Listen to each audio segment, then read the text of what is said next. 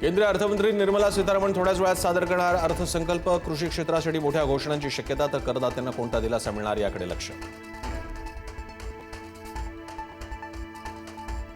अर्थसंकल्पापूर्वी share market वधारला, share बाजारात 173 अंकांची वाढ। सोन्याचे दर तोळ्यामागे तब्बल 21,200 रुपयांनी कोसळले। चांदीच्या दरातही 1 लाख रुपयांची प्रचंड घट। 3 दिवसांपासून सोन्या चांदीच्या दरांमध्ये मोठी उलथापालथ। राज्यसभेसाठी पार्थ पवारांच्या नावाला भाजपचा विरोध। जय पवारांच्या नावाला भाजपचा हिरवा कंदील। विश्वसनीय नेत्यांची माहिती। आगामी जिल्हा परिषद निवडणुकीसाठी प्रचार न करण्याचा मुख्यमंत्री फडणवीसांचा निर्णय। अजितदादांच्या निधनामुळे प्रचार न करण्याचा निर्णय। 7 दिवसात 22 प्रचार सभा घेणार होते मुख्यमंत्री फडणवीस।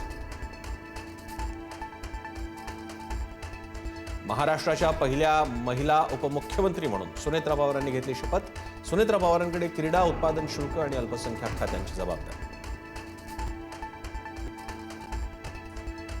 रोहित पवारांनी घेतली पिंकी माळीच्या कुटुंबियांची भेट। विमान अपघातात अजितदादांचं फ्लाईट अटेंडंट पिंकी माळींचं निधन। माळी कुटुंबियांचं रोहित पवारांकडून सांत्वन।